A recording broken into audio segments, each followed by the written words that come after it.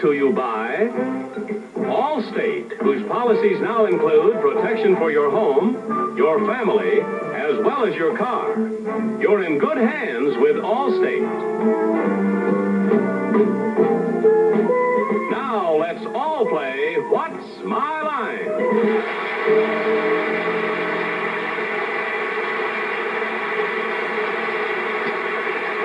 And now let's meet our first challenger. Will you enter and sign in, please?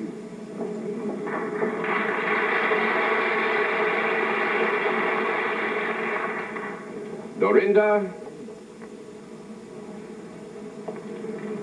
Nicholson. Right?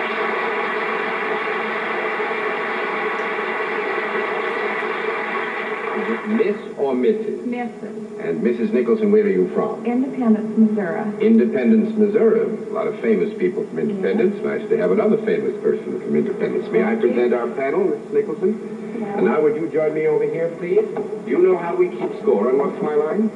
Yes, I do. All right, in that event, we'll let the audience at home and the audience in the theater know exactly what your line is.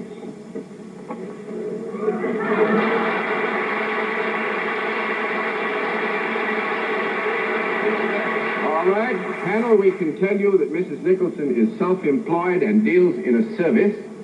And we'll begin the general questioning with Bennett Cerf. Mrs. Nicholson, I think of Independence as the birthplace of two famous people, Ginger Rogers and Harry S. Truman. May I assume that you have nothing to do with either of these famous independent citizens? That's right. Does the service that you perform apply to human beings? Yes. Might it be enjoyed by all four members of this panel? Yes. In other words, the service that you perform might apply equally to males and females, It right? could. It could. Does it, do you come into physical contact with the people for whom you perform these services? At times. Are they standing up when you perform the service for them? Yes. Are they fully clothed? Yes. I didn't mean that in a mean way. I just thought you might do. When you touch them, would it be above the waist? Yes. Would it be above the neck? No. Let me ask a small question, if I may.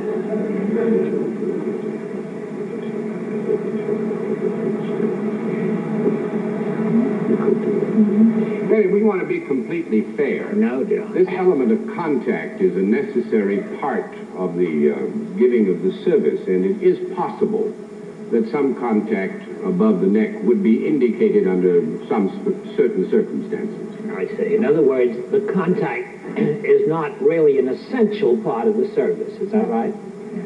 Do you exhibit or sell something to the people for whom you... No. That makes it 1 down and 9 to go, Miss Francis. Is there anything at all instructive about your work? Yes. Between the neck and the waist, I thought probably she'd tickle people in the ribs, but that way. Is there any action on the part of the person that you are helping to instruct? Is there any movement? Yes. Is it a movement other than dancing? No. Oh, well, You that's down. a long way to answer that question. Well, that sums it up, really. It is a movement then involved with dancing. You are some sort of a dancing instructor between the waist and the neck. That's right. Well, no, I would say here that you must remember the terms of reference. The specific question as to the waist and the neck and the areas intervening. I see. She had to comes do in with contact. I would think so. Then it must be, since you come in contact between the waist and neck, a form of ballroom dancing. Is that it? That's a very good question, and you get a no to that. That's 3 down and 7 to go, Miss Burnett. Do you teach one specific kind of dancing? Yes.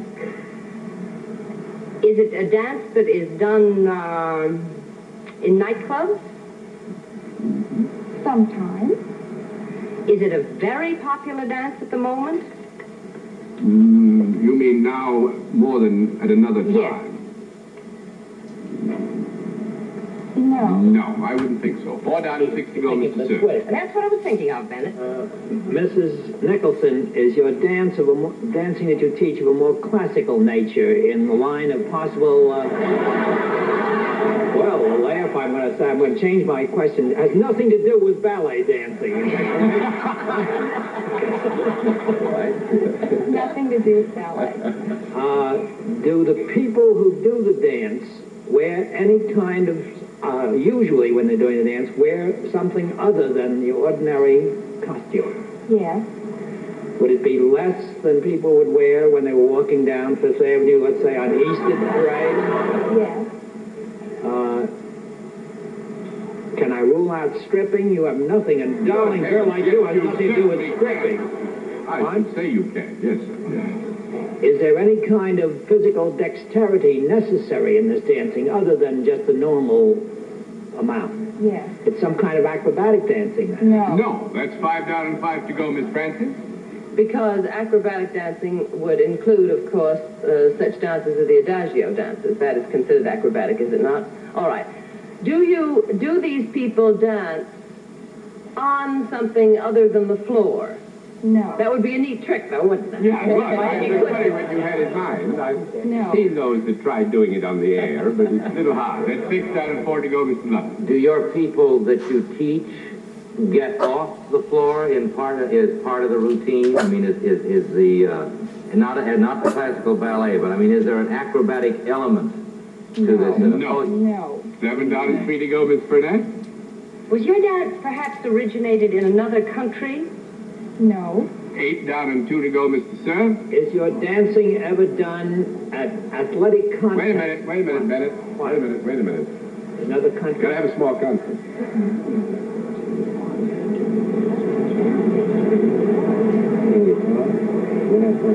May I ask if you ask this question in terms of the geographical delineations of nations and people as we understand them today?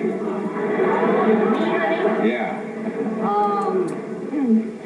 Yes, I think I did, John. Well, that's fine. Remember, no answer stands, and it's 8 down and 2 to go, Mr. Sir. Would your dance, the kind of dance you teach, ever be used as a special number, possibly in a show? It could. Is cakewalking any part of it? No. 9 down and 1 to go, Miss Francis. Would it be anything like the Highland Fling of the Sailor's Hornpipe, one of those odd numbers? No. 10 down Probably and just no more to plain go. foxtrot. That's what it's going to turn out to be. Just for fun, Betty, I think you Can I get. take a chance? I Yes. think she teaches Indian dancing. No. No? No. Actually, it's hula dancing. Oh.